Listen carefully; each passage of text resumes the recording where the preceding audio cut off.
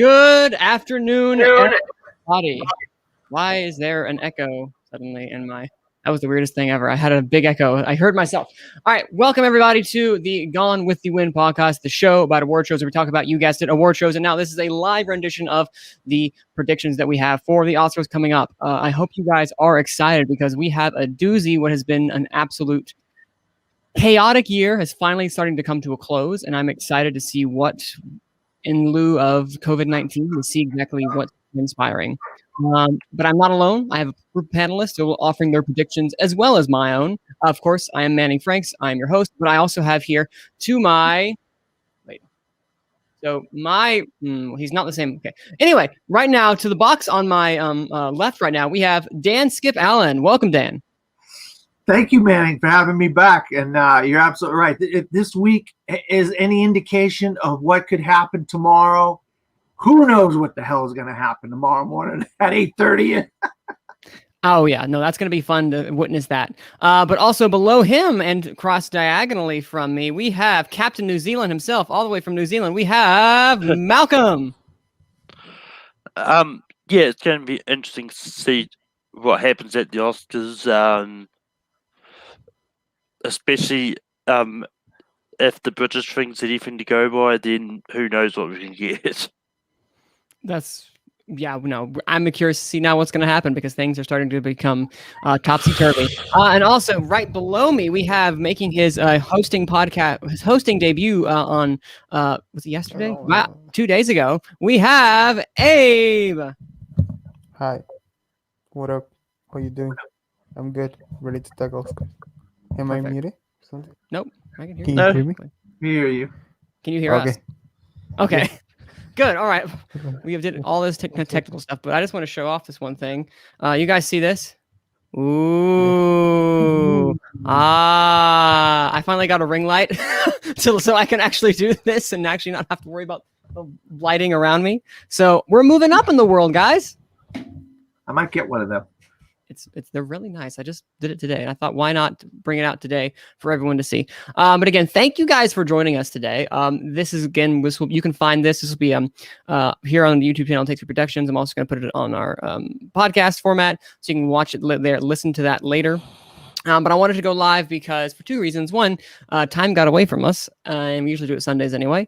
And two, what better way to do it than to kind of do it live on the fly, hearing our raw thoughts.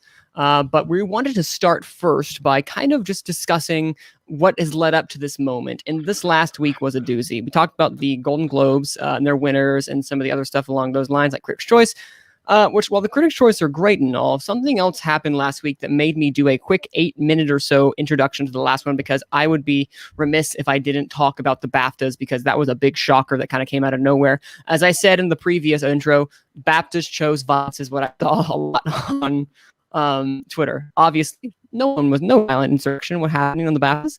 However, it was completely off the walls. Dan, what were your thoughts on the BAFTAs in general?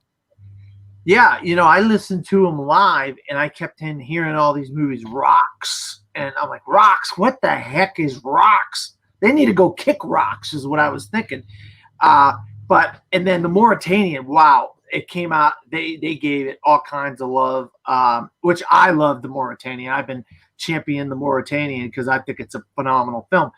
But it looks like they chose a lot of their own British films. They didn't choose a lot of American films like in years past. And with this committee now that they have, they kind of was like, hey, we're picking our own stuff. Heck with American films, but they did pick a few American films. So yeah, it was really shocking with the BAFTA. It's almost to the point where you can't really use them as a predictor anymore. And so, Malcolm, for you, do you see anything we got from BAFTAs translating over? Any surprises you saw? Wow, that could make it into the Oscars, or is this kind of a fluke? Well, it's one of those ones that I think part of the reason a lot of the British stuff got nominated this year is maybe a lot of the American stuff hadn't had a chance to actually be released over as well, because of COVID and all that. I don't know how the screeners or streaming stuff work, whether it's delayed streaming or whatnot. But One thing that I could probably see is the Mauritanian maybe getting some love at the Oscars, because that seems to be popping up everywhere that no one's ever saw coming. And the Mauritanian kind of, it was in a lot of places that Mank usually made it in for some instances, and maybe perhaps this is, and maybe just as BAFTA being BAFTA, which we're gonna say. But Abe, for you personally, is this like a signal that we should look out for the Mauritanian, or is there any other films on there that you're like, yes, this could get some rising, or there were some omissions that shocked you? No, and I want to tell you why. Because while the theaters in America were closed, in the UK there was a while where they had to feed the theaters with something. What happened? The country's industry had to be showing, and well, there were not a lot of American films released this year, unless it was on Netflix and streaming like it's happening right now. So I do think I don't see anything more translating than what we saw. It's already a weird year. Oscars are in April, so that Yeah. makes sense. There's not gonna be a ton of crossover. So, okay, so I'm posing this for everybody right now, but the consensus is that this is shocking, but we don't think there will be a too much crossover. So does that mean people like Dominic Fishbach, who surprisingly got in for Judas and the Black Messiah, and like other people like Tarar Rahim managed to make it in for the Mauritanian? Do people like that? Because Dan, you're right, they have committees now. So those nomination process is completely different. Obviously, as I mentioned last time, Calm for Horses, County Line, Rocks are not eligible for Oscars, so we're not going to see things like that. But for those people that actually can get eligible or are eligible, like Dominic Fishback, as I mentioned before, or Tahar Rahim, or Mads Mikkelsen even, do those translate over? And this is anybody can I would. Can I just say? I Go ahead, Dan. Then I think those guys are like, if you had 10, let's say you had 10 in every one of these categories, those guys would be in the 7, 8, 9, 10 slots, in my opinion. Dominique Fishback is great in Judas and Mads Mikkelsen is phenomenal in Another Round. Tahar Rahim is amazing in the Mauritanian, but I don't think they've gained enough momentum to knock out people like Amanda Seyfried, people like Mads Mikkelsen, Riz Ahmed or Chadwick Boseman or Anthony Hopkins or any of these people. I mean, in some of these categories, I think they've been building up momentum and getting in so many different awards that people gonna remember these names. And Mads Mikkelsen's in a foreign film. Fishback is kind of, people were thinking more Daniel Kaluuya in that, and Tahar Rahim, obviously, Jodie Foster won Best Supporting already at the Globes, but he is amazing. But I would say he's 7 or 8 for me in Best Actor, but he's phenomenal in the film. So too little, too late, then. Yeah. And Malcolm, what were you going to say? Well, I think Tahar Rahim is, out of those three, I think Tahar Rahim has a good shot of making it. He did make it into the 5 for the Globe, so there's a good chance he might squeak into the 5 for the Oscars too. So I mean, there is that precedence for Tahar Rahim. The other ones, I might be too late to make a run. Although in saying that, Dominic Fishback might have a chance because I think because Judas has not recently come out and is getting a lot of steam now, as opposed to when the Globes did their nominations, it hadn't come out. I don't know if there was a lot of screeners out there that a lot of people could actually see for Judas. So it's Judas probably got more chance to get a bit of a run now than it did back then.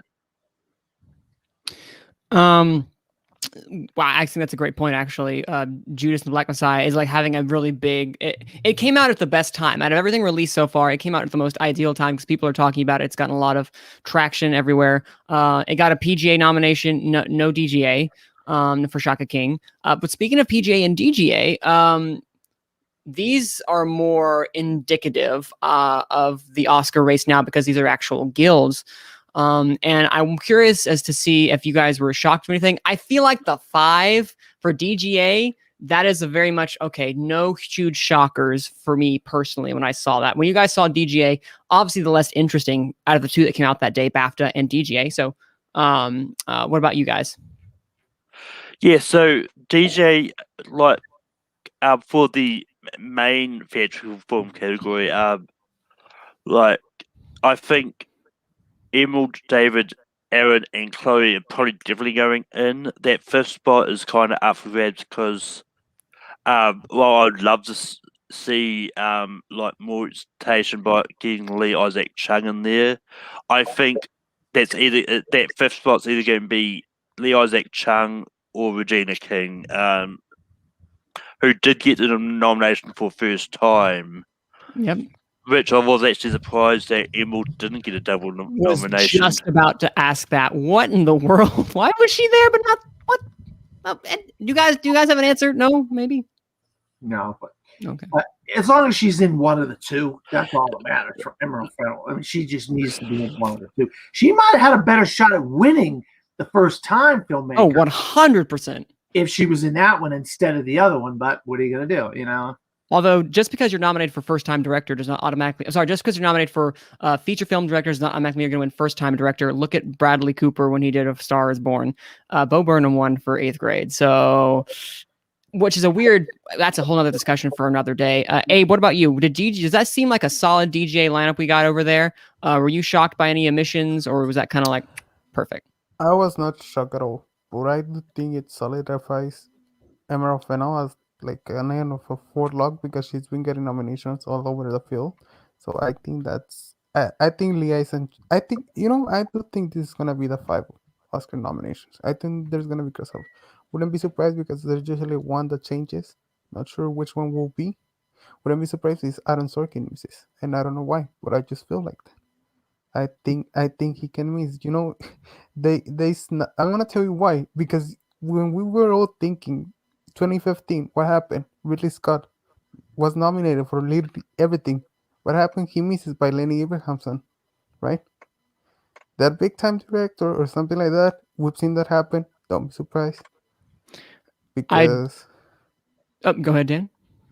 I think. I mean, I like your point there, Abe. But I think if anybody misses of the guys that have been really kind of getting in everywhere, I would say David Fincher, because I feel like Mank is kind of losing steam, whereas some of these other films, Trial of the Chicago 7 isn't losing any steam. It's in everything, and Aaron Sorkin's getting in screenplay, Trial's getting in Best Picture. It's Sacha Baron Cohen's getting in. I don't think that's going to get knocked out at all.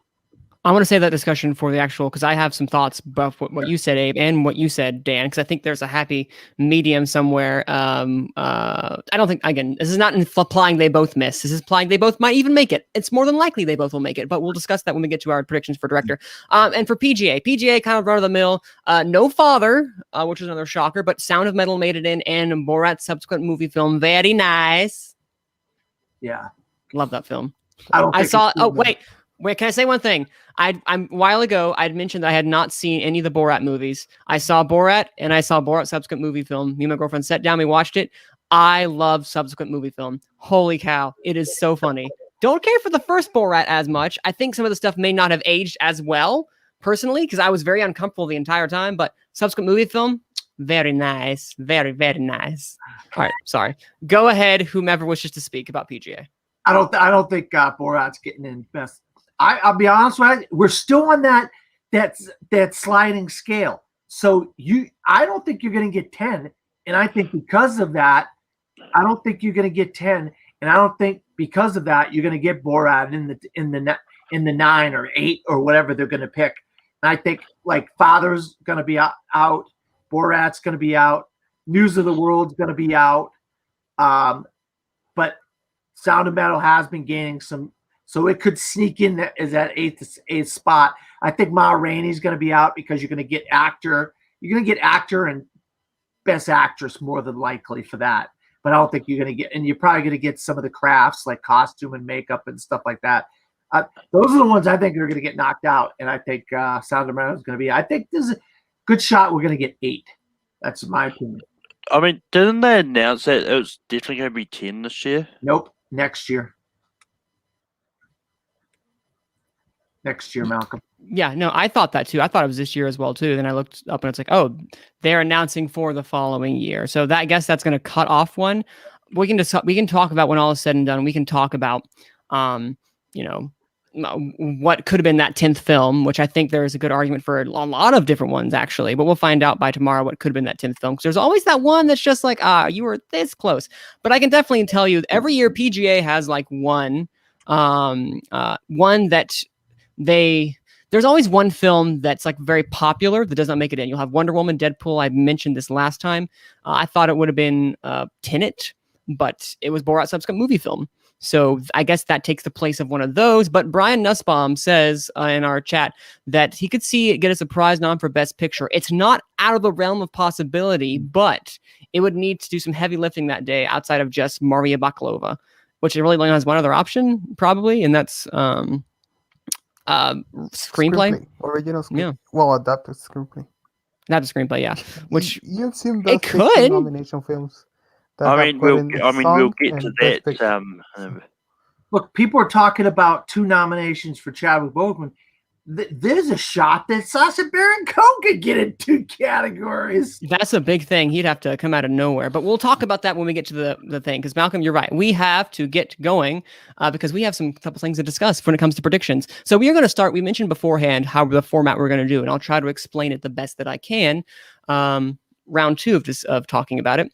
We're going to do 3, 3, 3, 3. So I'm going to talk about a category, and then we are going to go, for instance, let's say I have this one, and then everyone around the panel is going to be like, yes, or they're going to be like, no. And for whoever doesn't have that, they will tell us which ones they don't have. So we can come to a consensus, like, these are the safest because we all have that one. We'll do an example. We'll start with the shorts because they're the fun, easy ones. Let me get out of this because this is not right. Why is Gold Derby sometimes not wanting to work for me? I feel like it can be very unintuitive sometimes, if that makes any sense.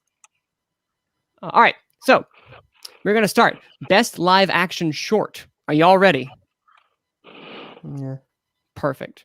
All right, best live action short. I have, and this is the short, so I can't tell you too much about statistically where I came from this. Gold Derby's are here to help me out. But best live action short, we have The Letter Room. Yay or nay? Yeah. The Human Voice. Yep. Yes. 2 Distant Strangers. Yep. Yes. The Present. Yep. And Dai. Yep. Yes. Okay, I'm not even gonna try to pronounce it. We're not going the out on a limb possibilities- now. because Wait. they have that. Wait, They Hey, have what the was that? better odds. why do you think they have They the better have the odds? better odds. That's why you should. Yes. Exactly. No, you're right. And they have the better odds. That's why I've gone for that one. All right. So document. See, this is gonna be quick and simple. We can't really tell you too much because the shorts are not something we see until they're nominated usually. So anyway, so best documentary short. The predictions are A Love Song for Latasha. Yes. Okay, I want to make sure I could not see it. Colette. Yes. Hunger Ward. Yes. Yes. Abortion Helpline. This is Lisa. Yes. Yes. And Do Not Split. Yes. Yes. See, this is What's the simple and point of easy. going We're going to get rid of through all the, just so we have that. And so it's here out in the world so we can see. All right. So, and finally, animated short. If Anything Happens, I Love You. Yes. Sure. Burrow. Yes. Out. Yes. Yes. Opera. Yes. And Cape Mau. Mayo? Yes. Yep. Mayo. Okay. Yep. Well, see, it's that simple. But because these are shorts, we're not going to talk about them. Sorry, shorts. So now that is kind of the gist of what we will be doing. And now that we have a nice basis for it, Captain New Zealand, Dan, would you mind taking us away for international film, documentary, and then animated feature? Take it away. Yeah. Another round. Best international feature. Another round. Yes. Yes. Everybody's got that. Collective. Yes. Yes. Yes. La Llorona. Yes. Yes. And I said it right, Abe? Yes, you did. All right. Kavita Ada Yes. Yes. and Two of Us. Yes. Yes. All right. Now, Okay. I will say I told these guys a little bit beforehand that to keep an eye out for Charlatan, the Czech Republic Best International Feature. I think I'm telling you, if people seen this movie, I would be surprised if it slips in there because it's a phenomenal movie. I saw it this week, so that's just a little caveat I added to that. All right, best documentary feature. Here we go. Boy State. Yes. Yes. Yes. This is one that could slip in both. Which same thing happened last year. What was it? The one that was in both documentary. Ooh, and Honeyland. Honeyland. I love that. Oh God, what a great film. Collective. No. Could slip in. Yes. Yes. Does everybody have that in both? All right. Yes. Film I didn't like that much. Dick Johnson is dead. Everybody got that? Yes. No. No. Oh. All right. We're gonna find out what Malcolm has in place of Dick Johnson. Is this Crip Camp? Everybody got that? Nope. No. No. Oh, Crip Camp. Oh, wow. Now we're getting some discourse. Crip Camp was good actually. Time. Yes. I got time. Okay. So I guess we're gonna go to Malcolm first to see what Malcolm has different than Dick Johnson and First off, no? Okay. just to say, we all have time, we all have collective, and we all have Boy State. Yep. Uh-huh. Right? Okay, those are the Yeah. three that we have. So those are three four we have in consensus. So Malcolm, what do you have the two? What are the two that you have? So I had all in the fight for democracy. Same. Just because Dan said it's good, and I think it might make it in. I'm not a big documentary guy at all, really. And the other one I threw in Welcome to Chechnya because it sounds cool. I will say, Welcome to Chechnya has some special effects that you're Yes. gonna probably see that pop into the visual effects category more than likely.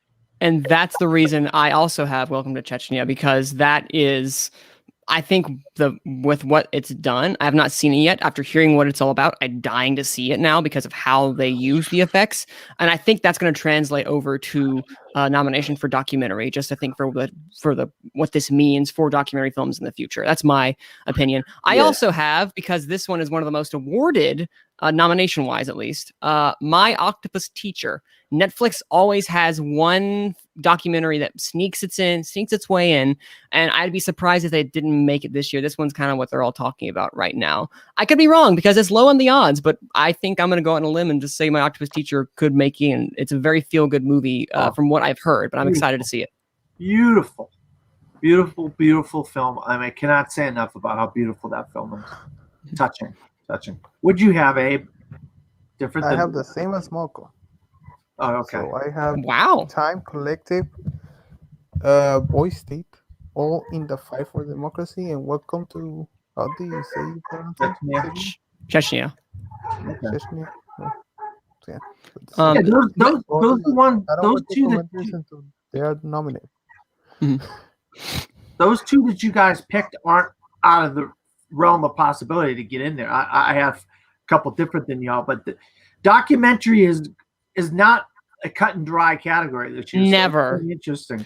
It's never all, even in a great year like as we had prior when RBG won. Wait, did RBG win when instead of that one, right? Solo, No. Free Solo. Solo, thank you, Free that Solo. year, oh, I hated that year. Yes. Oh, I wanted to strangle the documentary people. Okay, we do not condone violence here on Gone with the Wind. Please don't sue us. But what I was going to say is, like, there's always a curveball thrown in, and I'm always expecting there to be something that's going to miss. Dick Johnson is Dead has also gotten some PG-11. I could expect that easily getting in, but something's going to miss. And who knows, with how Time I know has gotten a lot of buzz and reviews from Amazon Prime, that could make it, I could lose it at the very end, because that's the one that's front runner so far, and they like taking out the front runner. I mean, exactly, because Won't You Be My Neighbor is an example of that. Yep, and Apollo 11 right after it. It's a common occurrence. Sorry, go ahead, Dan. I'm gonna strangle people. Those guys, they don't like what do you call it, footage? Come on, Manning, help me out here. Archival footage. They don't like movies with archival footage for some reason. I don't understand that. I mean, but whatever. That's just okay. I'm going back to best animated feature. Soul. Yes. Yep. Wolfwalkers. Yeah. Yes. This might be very cut and dry. Over the Moon. Yeah. Yes. Onward. Yeah. Yes. And The Croods, The New Age. Yeah. Yes. All right, so we all got the same thing there. Yeah. I'm not going to go out on a limb and say Shaun the Sheep Farmageddon again. That bit me in the butt last time with Golden Globe. So Well, I mean, the last Shaun the Sheep movie did get an Oscar nomination. So you're right. But so did didn't the last one get a Golden Globe or something? And like I don't know. I don't know if it did get a Golden Globe. I think Mr. Ling won the Golden Globe last year. just watch Farmageddon get just despite Manning now. Oh man, he gets dope. Maybe I should just keep predicting Farmageddon even for Best Picture and just see what happens. Y'all didn't see it coming. All right, so that was kind of an easier one. Now we're going to start getting into the meat and start debating along the lines about what we could actually see for this next 3 categories. Mr. Captain, Malcolm, can you help us out? For best visual effects, I've got Tenet, Mm-hmm. Mank, Mm-hmm. Birds of Prey, Mm-hmm. Bloodshot, No. Yes. Yes, I do. Wait, so you had Tenet, Birds of Prey. Okay, you don't have Chechnya. Nope. I don't. Okay. So that's a possibility that it could miss. So because what I have is I have all I don't have right or Bloodshot. Listen, there's always that one visual effects where you're like, remember Actually, Suicide Squad that 1 was makeup. that was the last movie I watched in theaters before everything closed down. Oh, because me, and actually it has really good visual effects. I don't see it really? getting nominated. Yeah, it has really good Yeah, visual effects. I mean, I don't see like it the getting reason I read nominated. the way I did, like, when it comes to the visual effects in the past, aside from the space movies, there's always it's always mostly superhero movie heavy. So, which is why I think Birds of Prey and Bloodshot might make it in. That's true. Now I'm teetering with putting Midnight Sky in because that's another big quote unquote big budget type of film. And I'm thinking of taking out Mank because the visual effects are a lot more subtle in comparison to some of the other ones on there. There's no giant hyena as in Birds of Prey. There's no completely digitizing someone's face like Welcome to Chechnya. And there's just no giant epic battles going on like in Mulan. So Mank could also get out in my opinion. And by the end of the time I might switch it, but I have that right now. Yeah, I have Welcome to Chechnya, and I actually have Midnight Sky in there because there's a lot of space stuff in Midnight Sky. Right. And on Earth, when they're in the snow and stuff, there's like stuff in the sky that they're looking at and some kind of stuff like that. That's all visual effects heavy stuff. So that's why I actually got Midnight Sky in there with Welcome to Chechnya. Where's Rod when you need him? He's normally the one that talks about space. Space, that's a great statistic. I mean, over there. You're right, Dan. You have convinced me. I'm taking out Mank and I'm putting in Midnight Sky. Because it also got a Visual Effects Society nominee, but also Mank was also one. But you're right, Midnight Sky is also showier. Wait, Abe, what was yours again? I have Tenet, Midnight Sky, Mulan, Mank, and Birds of Prey. Okay. I don't have Welcome to Chechnya because I didn't know what it was about, and now I want to watch that documentary. Honestly. I could be the one that misses something here if you guys are right on Birds of Prey. I'm just not shocked. It's the most superhero-y film of the year for obvious reasons. Exactly. Yeah. Usually one gets nominated. See, exactly. All right. So Wait. Malcolm. Yeah, Malcolm. Sorry, I totally forgot where we were. So we're on to best sound, and I'm glad we don't have to have a discussion about editing and mixing anymore. For best sound, I've got Sound of Metal, Yes. Mank, Mm-hmm. Ma Rainey's Black Bottom, Yes. Soul, Yes. Midnight Sky. Ooh, I got one. No. I got one different than you, Malcolm. Wow, I have 3 different. What was the so Dan? What do you have that's different? I have Tenant in there. I don't Yeah, have Midnight Sky. Yeah, I'm in the same boat as Dan. I have Tenet too. Mm-hmm.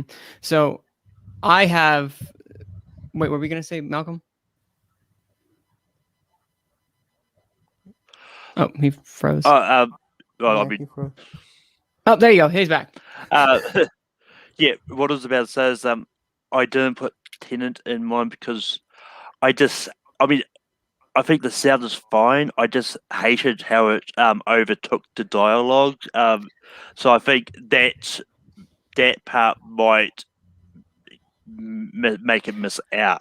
Can I get on a soapbox for 1 second? Why is it that increasingly I feel like the mixing in Nolan's films is usually off? Like it started with Interstellar when I first noticed it, and I might need to go back and check some other ones, but that was one where I was kind of like, whoa, even Dunkirk has some moments where the music and the sound effects are so loud that the dialogue needs to feel like it needs to be thrown up. And maybe that's a stylistic choice, but I only see Tenet making it in because it's the big budget blockbuster, and there's some great sound editing in there, like the way they design, like going back in time or some of the machines working. I think that'll get it in there alone, but I don't see it winning. Yeah, I mean it's definitely one of those ones because if they were split, I could see Tenet getting in for editing but not mixing. But because it's just best sound, they might be looking at both editing and mixing and how well they work together as opposed to separately. So that's going to be interesting. So this is the first time they've just had it as one, or they did that last year as well? First time. Yeah. So First time. this could be a really interesting race because of the fact that it's just one award now. You know, this is gonna be one of those categories in the next couple of years that we're gonna have to start understanding again, because is it gonna be the war film or is it gonna be the musical? Because Yep. usually it's how they are divided. What I was going to say for mine, like I had Sound of Metal, Mank, and Tenet, but I'm also going to go for, we talked about a war film. I have Greyhound as that really obscure one that gets in and you're like, because it's the most traditional war film that we have. And if it gets anywhere, this is probably the one that it's going to get. I could be wrong, but I think if we get any war film, that's the one. And then I also have News of the World. And one of the few showings I think it's going to have. Double down on Tom Hanks, huh? Well, I mean, talking about war film, so you don't think there's a chance that The Five Bloods could get in for sound? That's a possibility. There's no battleships is the thing. Like it's Greyhound is very. I just got Apple TV Plus yesterday, so I'm gonna watch that as soon as I can. I think that the Five Bloods, at least in my categories, it's going home with a donut. It's not. I think that's been something happened along the way where it just went from all this Oscar buzz to it's like a big crashing down. And I think it came out too early. To be honest, like I think that's part of it. It's kind of dying down. When did it come out? June? Yeah, what's June? end of Yep. May? It came out. It was about the time. It was about the time of the Black Lives Matter movement, and when that started kicking up. But it wouldn't surprise me if they were initially intending it to come out later, but they've decided to bring it out earlier because of the Black Lives Matter movement to get some love in there. I don't know. I'm surprised too if they want to do an Oscar campaign. And I know this year is not traditional Oscar campaign. It's curious to see how that's happened now. But that's what I have for mine. I'm prepared to be wrong, but why not? Go ahead. Is that everyone that sort of talked about their sound? Yeah. All right. So for best song, I've got EOC from The Life Ahead or Scene or whatever. Speak Now for One Night in Miami. Yes. Fight for You from Judas and the Black Messiah. Mm-hmm. Yes. Hear My Voice from the Trial of the Chicago 7. Mm-hmm. And just as a random out there pick, I put Husavik from Eurovision Song Contest. 5 for 5. I got one Yeah, difference same. in that, Malcolm. What do you got, Abe? Oh no, I have the same as them. All right. The only one I have different is Turntables from All In the Fight for Democracy. So Mm-hmm. the song is pretty cut and dry. I mean, I doubt Turntables gets in there, but you never know. No. But Oh, usually go ahead. there's a documentary song that sometimes pops out. I don't recall any names, but I do remember like you're usually surprised by one. Yeah, I mean From it's one. it's one of those ones like I personally don't know if Husavik will get in because I think we might get the same vibe as the Globes. I just didn't want to be that contrarian that just goes the same vibe as the Globes. Well, Malcolm, I'll tell you right now, I think they would love to get those people to come up there, Rachel McAdams and Will Ferrell or whatever they're going to do, record them singing the song or something. That'd be something fun for something different, because it's so tenseful. It's always tense, and to find these comedic moments or entertaining moments is always like, hey, let's mine that gold, and maybe putting Husavik in there could get some mining of some gold with Will Ferrell and Rachel McAdams. Who knows? Or the actor sang it. She didn't sing it. Somebody else sang the song. She did lip sync it or whatever. I mean, it'll save having to get Kenan Thompson and Maya Rudolph to come on and do the fake least professional song. Did you guys saw the article that the town from the movie launched a campaign for the song? No, I haven't. That's amazing. Yeah. Good for them. Weeks or days ago. I'm going off. Yeah, I think Eurovision could totally not make it at all because that movie came and went.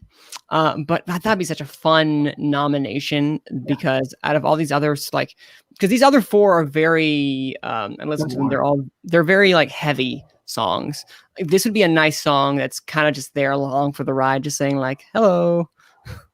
But you're right. It could. I mean, who knows? It could be Wuhan flu for all we know. Wuhan flu could be a really interesting one to get in. With all sort of sorts like, really? That made it on the short list? It's got to be a conversation starter, that's for sure. Yeah. And Brian, you just commented, would Hamilton count for this or not? It would not because these are already previously used songs in a medium. It would not count. Plus, I don't think they were on the short list. Was there a short list for this? So, there was. Okay. I know Hamilton wasn't there. Yes, it was not on there. And I do not think that they account for this. But go talk to the Emmys because I know it's a lot of Emmy loves coming up. It may not get, again, I don't think it's going to get like Emmys for songs, but for the actors. But this isn't the Emmys podcast. This is Oscars. But obviously, after that Golden Globes win, I think I'm a lot higher on The Life Ahead now than I was prior. Yeah. Might be her time. Might be Diane Warren's time. It might be. Yeah, so then now we're going to move on to score. Abe, help us out, sir. Many. So I have Soul. Yes. Mank. Minari. The Midnight Sky. Yes. And Tenet. No. Yeah, I got one different than that. Okay, so go ahead. What do you guys have? I have News of the World. News of the World. Yep. Yeah, I've got that one. I agree. I have Tenet because I say, well, it's another. I got that. Yeah, we all have I've got Tenet, even though I don't think the score is deserving. Wait. Yeah. So we all have Soul, Mank, and Minari, right? I don't have Minari. Okay. Okay. That's totally possible. That's totally possible because I haven't. The score has not been something that I've seen people praise on it. So it could totally be Tenet because that was another highlight of the movie, in my opinion. At least how they played it backwards. The score of Tenet. I think that's one of the best parts of the movie. But Mhm. Okay, so we all have Soul and Mank. Those are the ones we all have, right? Yes. Yep. Yes. But we all don't have Midnight Sky. nope. No. I do. Okay. But, I know. I've got the Midnight Sky. Oh, you have Midnight Sky. Okay. Okay. And I'll have to rethink that now with you guys having Midnight Sky. I have to Okay. think about that. Thank you. For I giving me that. Well, That's I mean, I only included Midnight Skies because it did get the love at the Globes. It Mhm. did pop up. It has been popping up sort of randomly in stores, so that could pop up again. I gotcha. I'm gonna quickly check. Did it get BAFTA to our knowledge, the nomination wise? Not to my knowledge. But while you're looking at that, I did actually find the shortlist for the best original song. So the shortlist for that, so the 15 that's on the shortlist, we've got 3 from the one and only Ivan. That could sneak in, guys. Keep an eye out for that. Never Break from Giving Voice. Loyal, Brave, and True from Mulan, which Ooh. could maybe sneak in, because they do try to get a Disney one in there. EO So we've talked about. Just Hear My Voice. Green from The Sound of Metal. See What You've Done from Belly of the Beast. Wuhan Flu from Borat. Fight for You from Judas.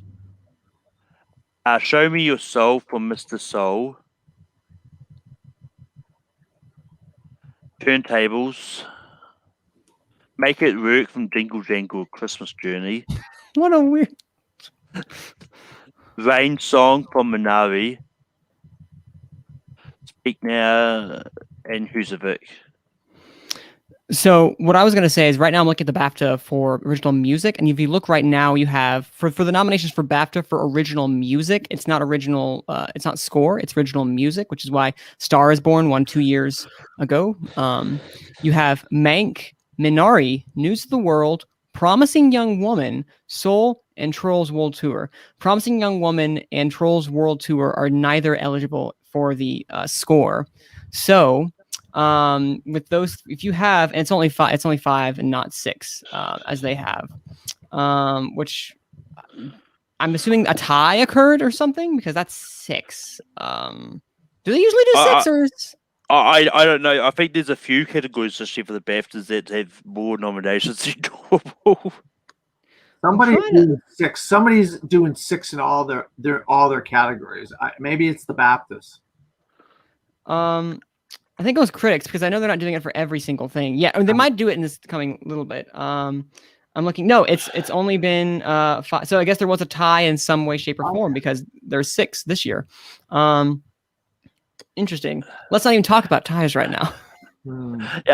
Yeah, I mean, I'm bummed that Promising Young Woman wasn't eligible for score, because that's great. But I suppose it's what they did with Toxic, which is part of the reason why it was disqualified. Yeah, great rendition though. I remember playing it. It's like, oh, this is haunting. I love it with the slow mo. Oh, great scene. But yeah, okay. So, Abe, take us away. So okay, so I was on what was Production design. Okay, production design. Mank. Yep. Ma Rainey's Black Bottom. Yep. Emma. News of the World. Yep. And Tenet. Yep. Oh, hold on. Could you repeat that? I lost you for like 1 second, or like maybe like 5. Yes. Ma Rainey's Black Bottom. Yes. News of the World. Yep. Emma. Yes. No. No. Okay. And Tenet. No. Yep. So the only one I don't have is Tenet. Is not Emma. I have Mulan in its place. You know, I go for Emma because it's a it's a period piece that you usually see. So well, I mean, yes. Yeah. So, I've also got Mulan in place of Emma. The one thing I've noticed with period piece movies is they more than likely get into costume than production design. Yeah, you're indeed right. So, I mean, This is the one of those ones I really want to be wrong, and Emma to get some love Please. because it totally deserves it. Oh, You know, 100%. I will think I have a say, bias guys- because I don't like Mulan at all. Well, I Okay, didn't enjoy all right, that. that's fine.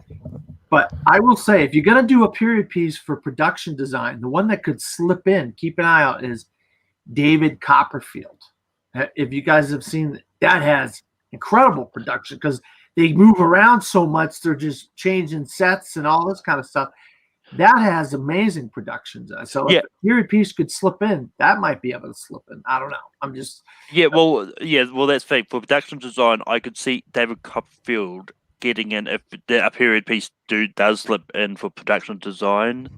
But as I said, like, and we'll probably get to that later anyway, so I'll talk about it when we get to it, really. But I know you guys mentioned that in place of Emma, you had Mulan.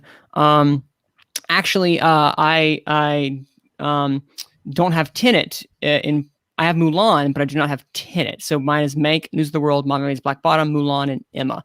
I'm just over here thinking like production design for Tenet. A lot of natural set seem to have been used in there. Plus, I don't think Tenet has been the big blockbuster it thinks because it's not as showy production design wise. It's not incredibly showy. Great. I think it has a better shot in like cinematography than it does production design, at least that I have seen. Yeah, I think you've got a point there. I think by the end of this, I might actually end up changing that for David Copperfield, realistically, because that's another one that I really love that I want to see get some more love. And because that, I think that's not really been getting a lot of traction. Because and we'll get to it. Like I would have loved to see Jeff Patel get in for Best Actor as well, which that's not going to happen. No, sadly. I'm crossing my fingers. I'm doing everything, Malcolm. I would love him to get in one of these categories next year. Dev Patel. Oh, please. So Abe, what's the next one? Best makeup and hairstyling. Marvel's Black Bottom. Yep. Yes. Hillbilly Elegy. Mm-hmm. No. Mank. Yes. Birds of Prey. Yes. No. Yes. And Pinocchio. Yes. Ooh, I don't have No. Pinocchio. I do not have Pinocchio. I have Pinocchio. I agree with Abe. I think Me it's a too. really weird, but Looking that thing. sounds very makeup hair and hairstyle. Like a What is this 1,000-year-old man Pinocchio that I've jump seen out of the them window, like? something like that. Wait, what was that, Abe? What is this Pinocchio movie that has been popping up about? Yeah, it was in theaters here, and I just thought it was the old Pinocchio with what's his face from Beautiful World. What was it? The guy. Roberto Benigni. Yeah, that was the Pinocchio. I thought it was. I thought it was the old Pinocchio. I didn't know it was a new Pinocchio. So I missed it entirely. So I don't know, Malcolm. I didn't see it either. Yeah, because I know there's a new one coming out with Tom Hanks as Geppetto in there, but I know it's not this one. No, I completely missed this because I misconstrued what it was. I didn't realize it was a new Pinocchio. Which I makes didn't watch the movie which either, but I look up pictures and it says, "Oh, this is a good nomination." I mean, it does make me wonder though, considering a lot of us don't never really know much about it. Well, the Oscars know enough about it to put it in the nomination. Yeah, it's on the short But list. Anyway, for me, like the other ones I've got in mind, I've got Emma getting into makeup and hairstyling, and I've it just as a red out there pick, which could potentially get in there. I've got Jingle Jangle. It's the makeup branch. So yeah.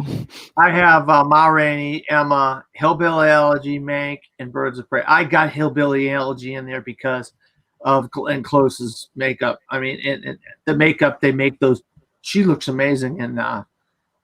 So that's I think this could be one that Hillbilly Elegy, even though a lot of people don't like Hillbilly Elegy, that's one of the categories that it actually could get in because it is pretty good makeup and hair. Oh yeah, I think there's a day when it has a shot at probably like 3 or something nominations on its best day, and this is definitely one of the ones. I think you're right. I mean, let's not forget Suicide Squad won makeup and hairstyling, Yeah. so Yes, Bill it did. Algy could get nominated and win. But like, Suicide Squad's an Oscar winner. and it is that single fact that is like making me want to put Birds of Prey in there. I'm just not sure what I take out because I feel like Pinocchio, the reason, and Abe, you might be speaking to this, that I feel like it's getting in is because it's really showy. And there's always that one weird choice that they throw in there. Like, really? They nominated that movie? And I feel like Pinocchio could be the one. Abe, is that what you decided as well when you picked it? That's what I'm thinking. Do you remember the 1,000-year-old man that jump out of the window, something like that? I don't know. I don't Yes. know if I missed the name. So it's usually one that I have never heard about, and it comes in. So Pinocchio, even though you're in theaters right now, because I saw your picture in this app, you're gonna get nominated. And I'm calling your name. I'm putting $1. Where's my wallet? I don't know. Are you betting $1 on it? All right, he's betting $1 on it, ladies and gentlemen. Put it here right now. All right, so now we're getting into my section of everything. So we're going to start off. This is best film editing. So for this in particular, for best film editing, we have. Nope, don't freeze on me. We have Trial of the Chicago 7. Mm-hmm. We have Nomadland. We have Mank. Okay, we're good so far. We have Sound of Metal. No. Oh, okay. We got a disagreement. No here. And then I also have on an out of the limb pick, The Father. Okay. All right. So we definitely have some disagreement on this one. We all have Trial of the Chicago 7 and Nomad. Yeah. All right. You all have that. Do we all have Mank? I've got Mank. Okay, I think that's probably where Mank is almost the safest because it's very showy editing and very, very nice editing, by the way. So those are 3 we all have, but we also have something different apparently for best film editing. Dan, you don't have Sound of Metal, but you have The Father, correct? Yep, and I also have Tenet. Oh, so you think instead of Sound of Metal, we're going to be getting Tenet? Yeah.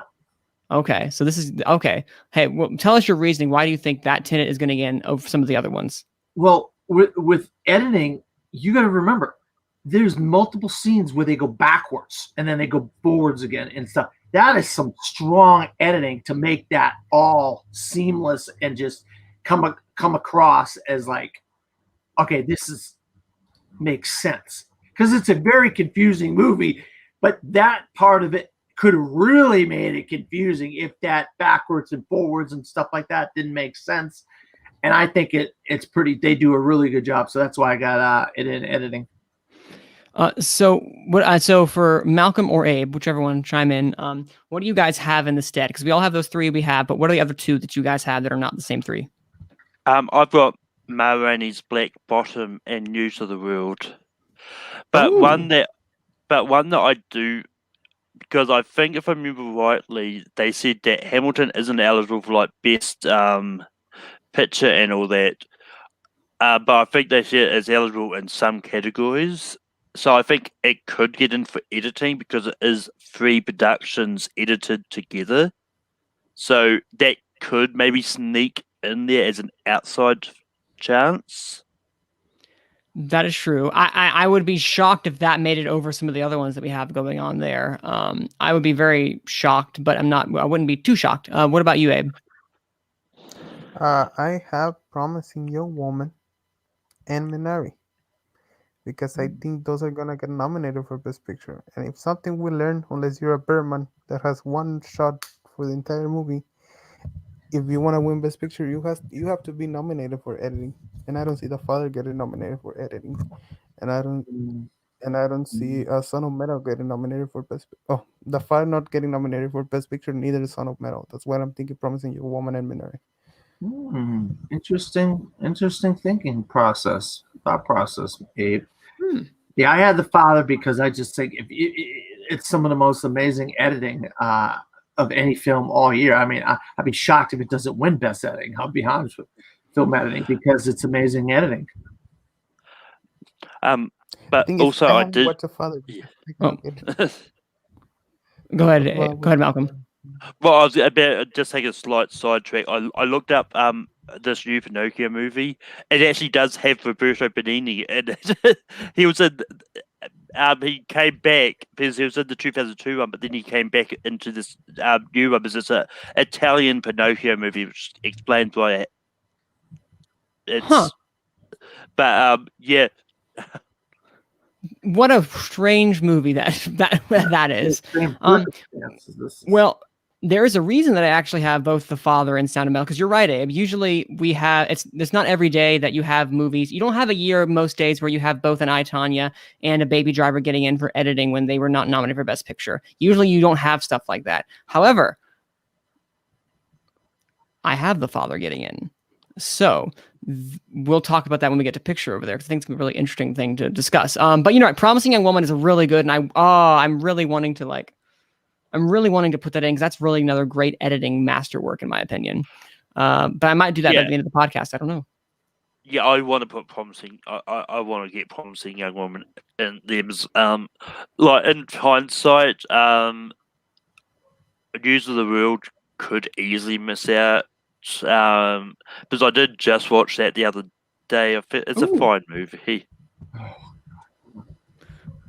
Would you guys think does Nomadland have great editing, or would that be what Abe was talking about? You'd slip that in there because you're trying to get some of these below the line categories for these best picture contenders.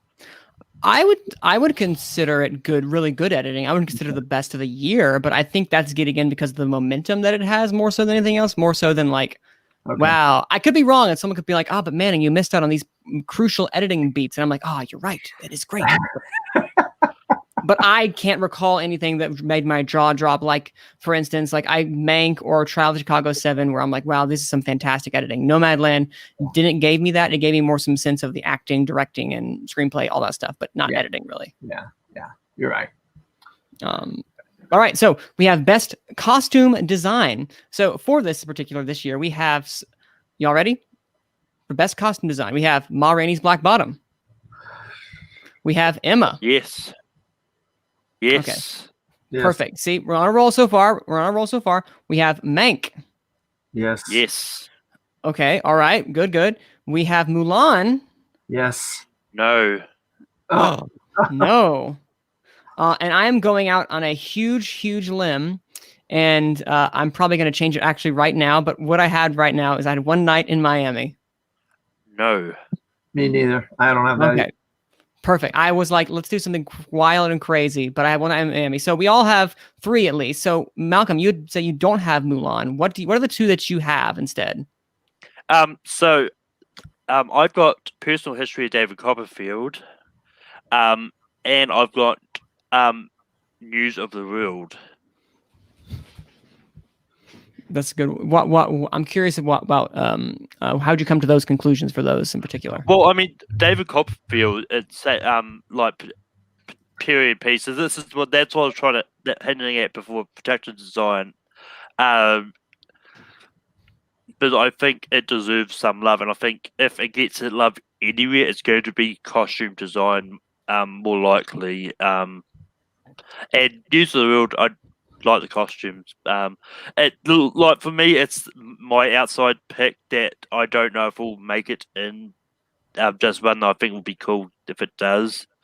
And I think like westerns or stuff that do take place in the Old West do sometimes get some love in it because of their costume.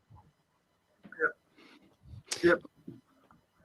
What I was going to say is that I have One Night in Miami merely because it got Costume Designers Guild Award nomination for along with for period film, beating out some of the other ones that we have, like News of the World. So I went ahead and thought this could be another way to give it a nomination for something that's below the line. Again, it hasn't. It's kind of meandered, if anything, for and when you consider its buzz, but it was nominated alongside Mank, Ma Rainey, Emma. So I can totally see that, making it in.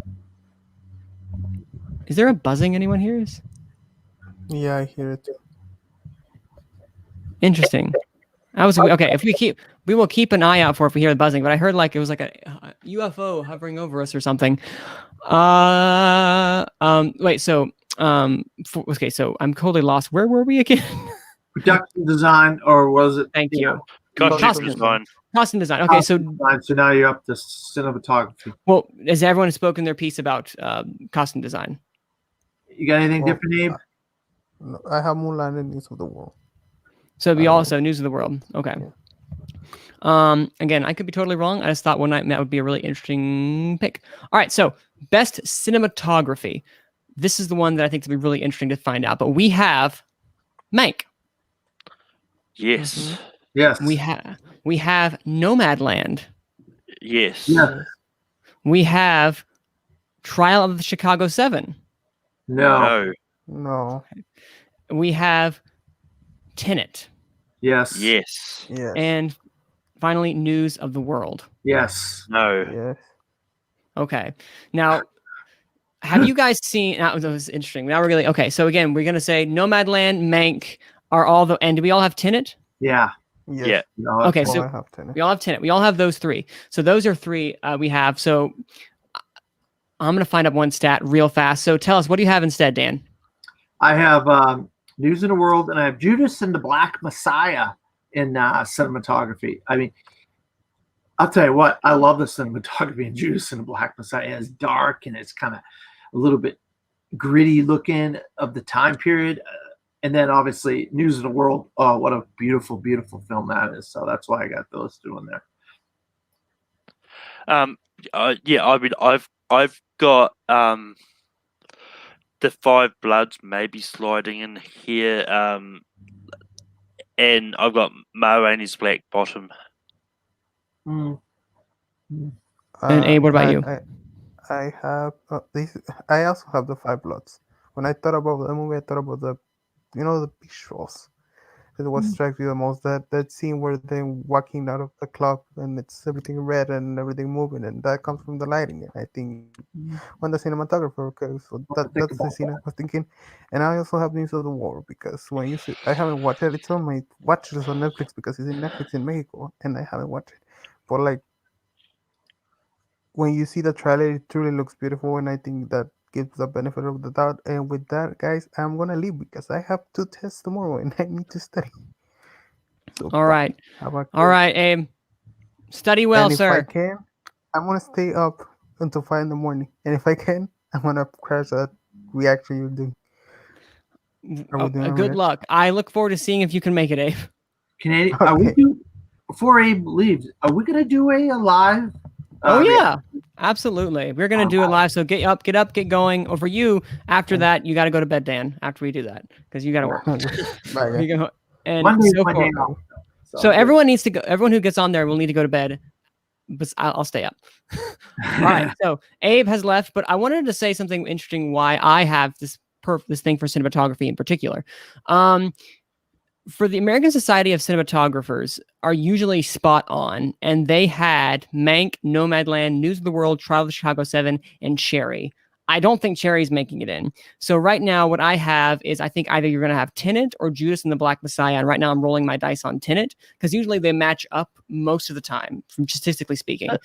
So that's what I currently have at the moment. But I could change that. I could change Tenet out for Judas and the Black Messiah, but I'm kind of putting all my ducks in a row that we're not going to get the exact 5 because I just don't see Cherry making it in. No, we're not gonna get Cherry in there. But yeah, no, that's what I have right now. And now I bring it back over to Dan. Dan, tell us.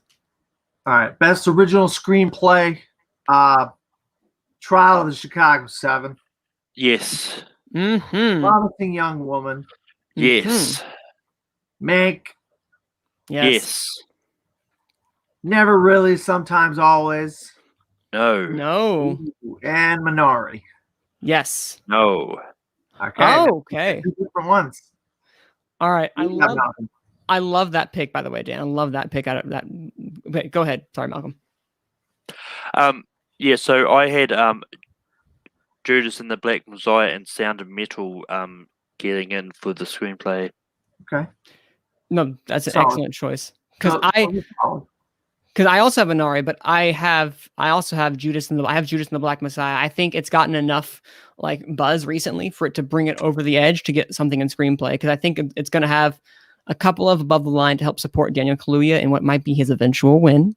Out of all the acting categories, it's funny how supporting actor is the most, to me, it's the most locked up in a way with the front runner, at least. And maybe support actor, but I feel like there's some people that can be vying for that. Anyway, we'll talk about that in a second.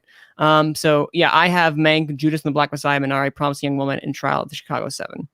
Yeah, I might have to switch out Never Really, Sometimes Always, but that's a gutsy pick, and I love it. I have a gutsy pick for my adapted screenplay, so I can't wait to talk about that one whenever Malcolm's ready.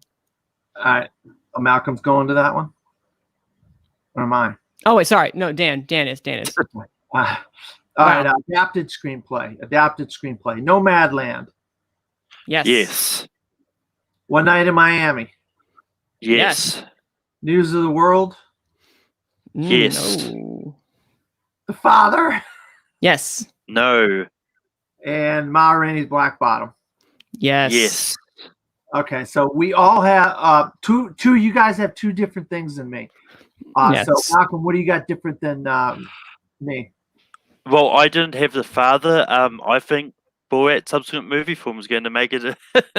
All right. And Manning, obviously. See, what I do not have Borat's subsequent movie film. I was this close to putting it on, but I decided to go with one that got both BAFTA and WGA, and that was The White Tiger.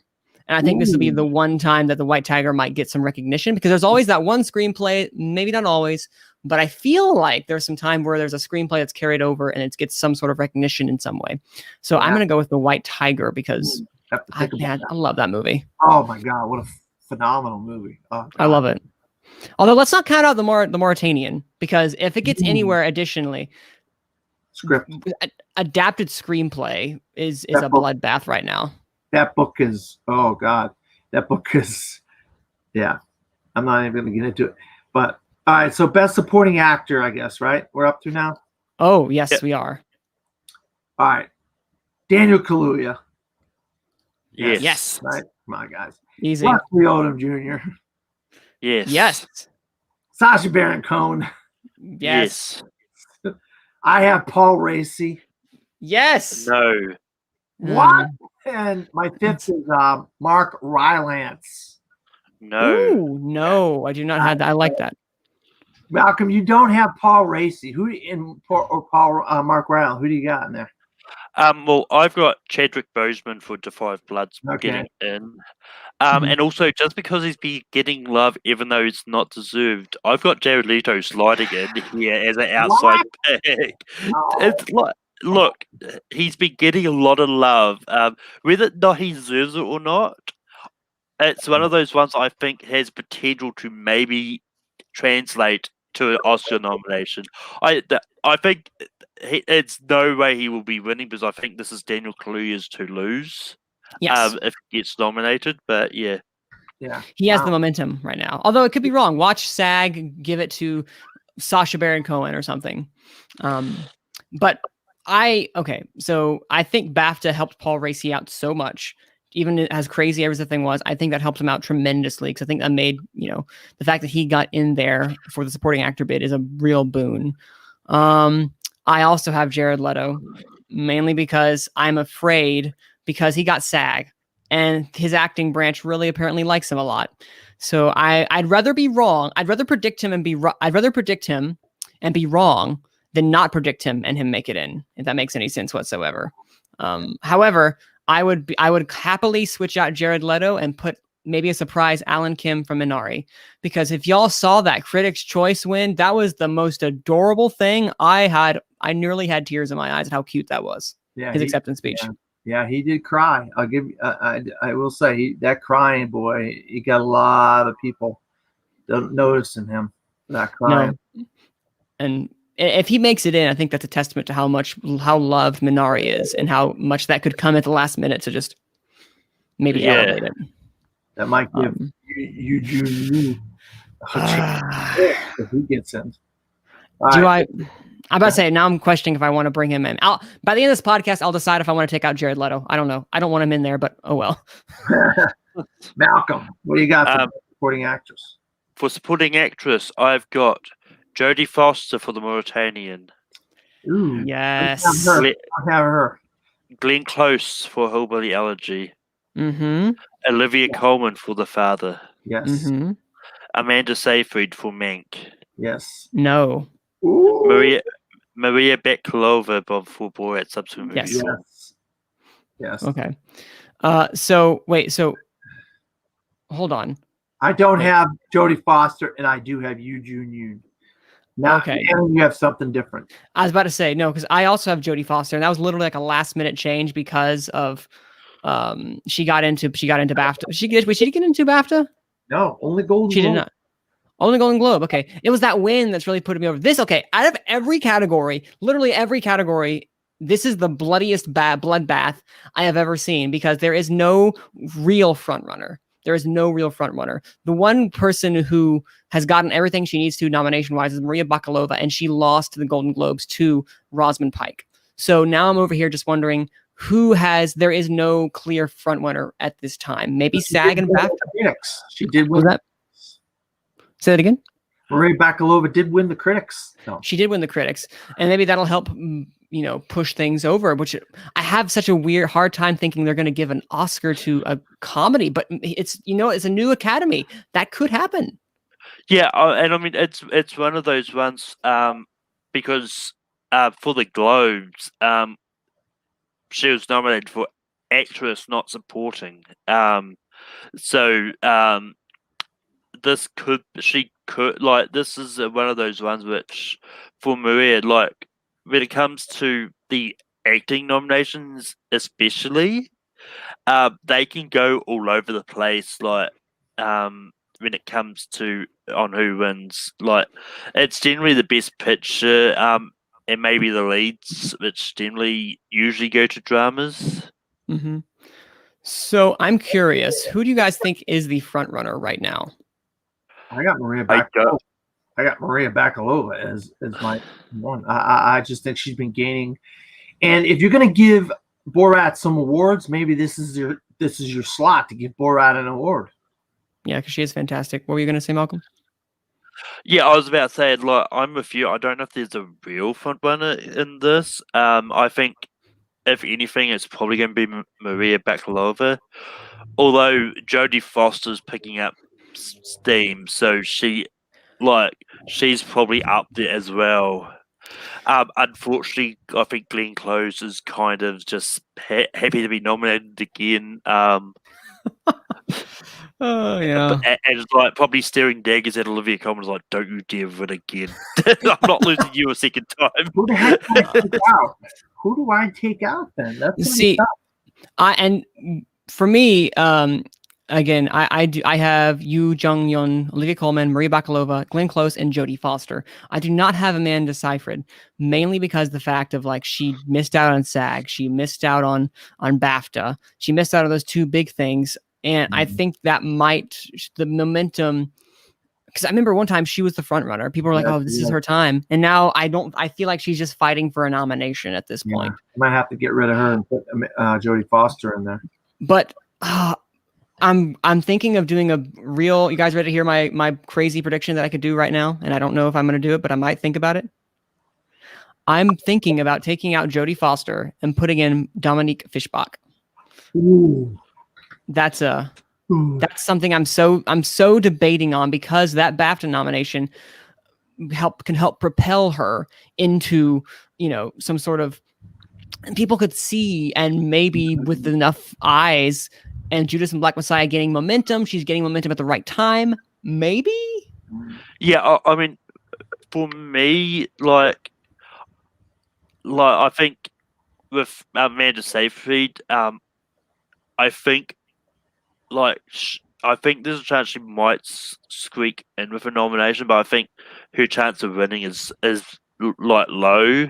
I mean, it's one of those. I think if anyone misses out on supporting for Dominic Fishback, I could have said I think it's probably going to be Maria Bakalova, because a lot of her nominations early on came at a time when Judas didn't really have that steam. It did. It didn't. But Now it now actually has steam. but now it's picking up that steam. It might. One of these people may fall out, and the only one I could potentially see is Maria.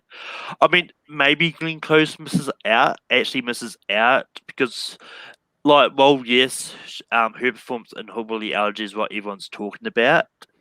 I don't think but she hasn't really got a win anywhere to sort of have a chance of getting in, because I think last time she was nominated, I think she had won for the Golden Globe for The Wife, didn't she? Or am I imagining Yep. that? She won SAG too. So because of that is probably why she got that nomination. But she hasn't really got any nominations leading up to the Oscars. So I think there is a chance that Glenn Close misses out. But also, you got to remember, Malcolm, they remember what happened at the last Oscars, and people have memories. And what happened, this is their way. And remember, and I always go to this all the time, Paul Newman wins for The Color of Money. Al Pacino wins for Scent of a Woman. They didn't win for the films they should have won their Oscars for, and they still have not given Glenn Close an Academy Award. And this might be their last chance, best chance. So you don't know. Well, I mean, I get that, but this is one of those ones that, because of sort of what's happened leading up, is why I think there is a slight chance. I mean, I don't think it's going to happen, but there's a slight chance that Glenn Close misses out this year. There's a very good chance. No, very good. Very good chance. You're absolutely right. But also, you got to remember the past history. Oh yeah, no, I mean, I don't forget that either. But it's one of those ones. I always look at momentum more so before I think about what's happened in the past. Mm-hmm.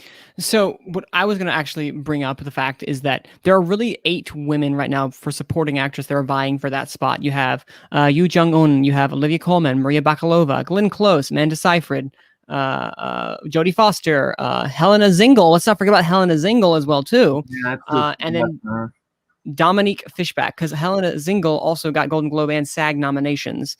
She speaks 2 languages. She speaks 2 languages. Yeah, German and Indian, as well as trying to learn English from Tom Hanks in the film. I mean, that's a heck of a performance from that little girl. It is. And I remember when we talked about Elena Bernstein for Pieces of a Woman. She's really good. I just took her out this morning. I had her in there. That's sad because I thought she was great in Pieces of a Woman. She might be a distant 9th, and they may surprise us if they love Pieces of a Woman. I don't know. But right now I'm picking Jodie Foster, but I could totally switch out at the very last second before this happens at 8 a.m. in the morning or Eastern. 8:30. 8:30. There you go. Yeah. It's like 8:30. Best actor, Malcolm. Best actor. I was getting there. So for best actor, I've got Chadwick Boseman for Ma Rainey's. Yep. I've got Gary Oldman for Mank. Nope. Anthony Hopkins for The Father. Mm-hmm. Riz Ahmed for The Sound of Metal. Mm-hmm. And just an outside chance, I've got Sacha Baron Cohen for Borat's subsequent movie film. Nope. I don't have him. That is an outside chance. I like that. I like the guts. I like the balls. Gary Oldman's, I have him at 5. I mean, there's a legitimate shot Gary Oldman could get dropped off out of this. Yes. But I have Stephen Yeun. I think they want to kind of have all-inclusive, and I think they want to get, I mean, if you look at this category, Best Actor, Chadwick Boseman, Anthony Hopkins, Riz Ahmed, Stephen Yeun, I'll tell you, that's a pretty inclusive category, if you ask me. It's a great category. This one could go to anybody. I just have Gary Oldman. And I think, no, this is what I think you have. Chadwick Boseman, Anthony Hopkins, and Riz Ahmed. They are our top. I think they're the 3 that we all agree on. They're the ones making it in.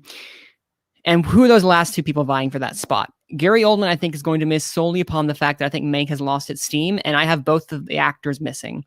I think SAG was telling when Mank didn't get SAG Ensemble with all those people that were there, which was shocking. And it only got Gary Oldman and didn't get Seyfried. I think this is telling, and I think Gary Oldman's going to miss, just like he missed out on the BAFTA for different reasons, obviously. But I think this might be the case. I could be wrong, and I'm ready to be wrong. But you know what? If I can't go big or go home in this crazy year of all times, why not? I actually have, for my 5th spot, Mads Mikkelsen for Another Round. Good one. He's great. I think if you look back, I believe it was Antonio Banderas made it in. I don't know. I can't remember if he received a BAFTA, but with a growing foreign presence for foreign filmmakers in the Academy, they were probably the largest branches in there now, and it's opening up. I think that Mads Mikkelsen might be able to get in for Another Round. I think, we are seeing a lot more diverse performances when it comes to foreign language films, and Mads Mikkelsen could, I could totally see him walking his way and getting a nomination. That said, if he beat out Gary Oldman, Manning, I would be great.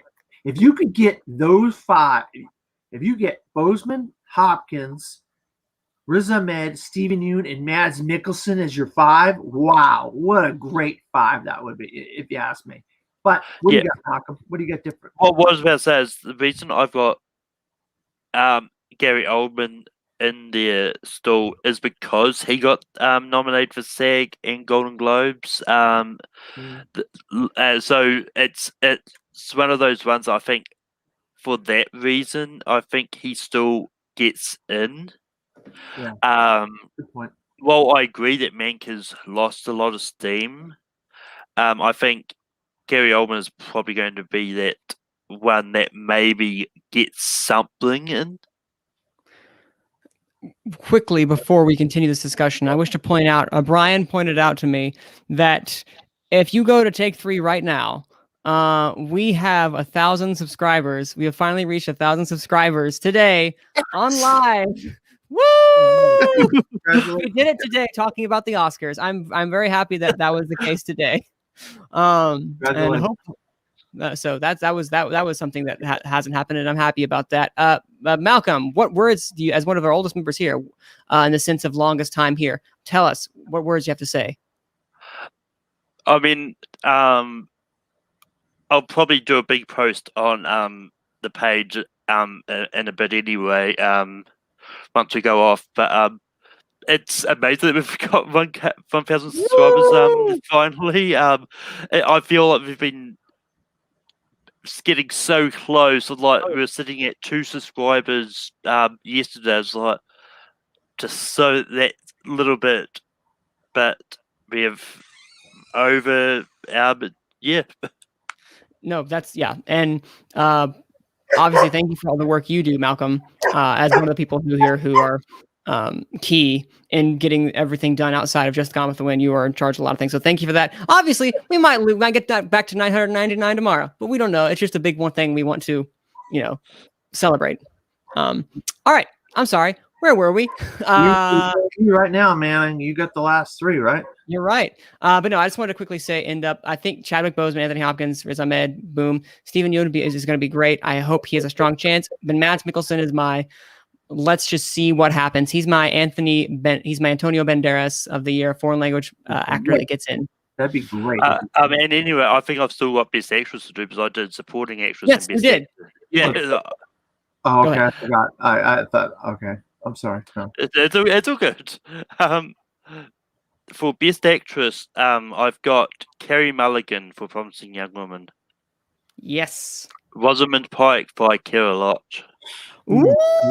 I gotta put her in somehow. I don't have her right now. Frances McDormand for Nomadland. Yes. Andra Day for The United States versus Billie Holiday. Yep. Yes. Viola Davis for Marani's Black Bottom. Yep. Mm-hmm.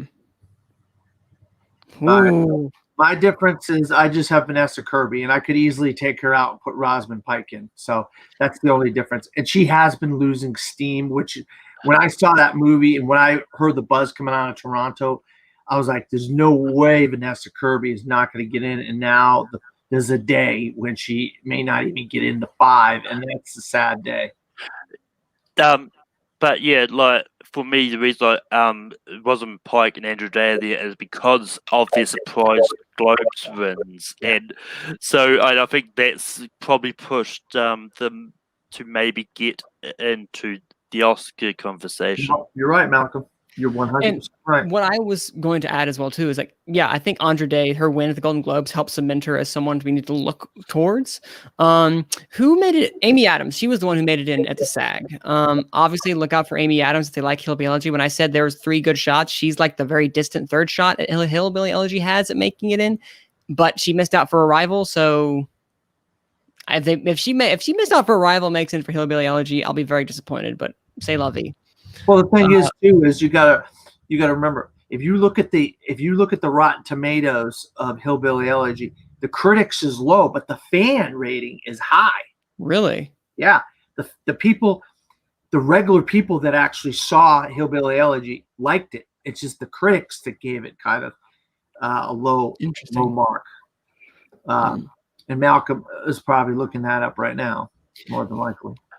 Can I just say? I'm not actually looking at that. Okay. Oh, okay. Can I just say that Rosamund Pike is such a gutsy move, and I love it. I love gutsy moves. Yeah, I think I'm gonna have to switch out Vanessa Kirby for Rosamund Pike myself. See, I have Vanessa Kirby, and I'm keeping her in for this whole reason that she was one of the 2 actors that has made it everywhere. Literally, besides Frances McDormand, she has made it into the BAFTA in that crazy committee that they had. She managed to make it in out of everyone else. So I am hoping that she is the one to make it in because her performance is one of my favorites from this past year, personally. And I would be very saddened if she did not make it in the end. What she goes through in that movie is unbelievable. I think she's a good consensus in the sense of like, oh, everyone likes her a lot. She may not be the one to win, but I think she is going to get a nomination, and I'll be brokenhearted if she doesn't. So who out of the 2 Gold Globe winners doesn't get in? Andrew Day or Rosamund Pike? If that's basically what we're coming down to.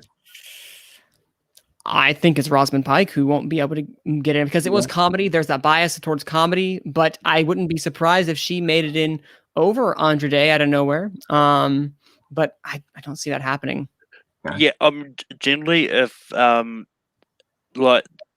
of them is out, it will be Rosamund Pike because, like, if you look at from some of the past other things, like I think Jim Carrey got 2 Globe nominations for his Man on the Moon, and Truman Show, which are both arguably comedies, but he never got the Oscar nominations for either of them. So crime.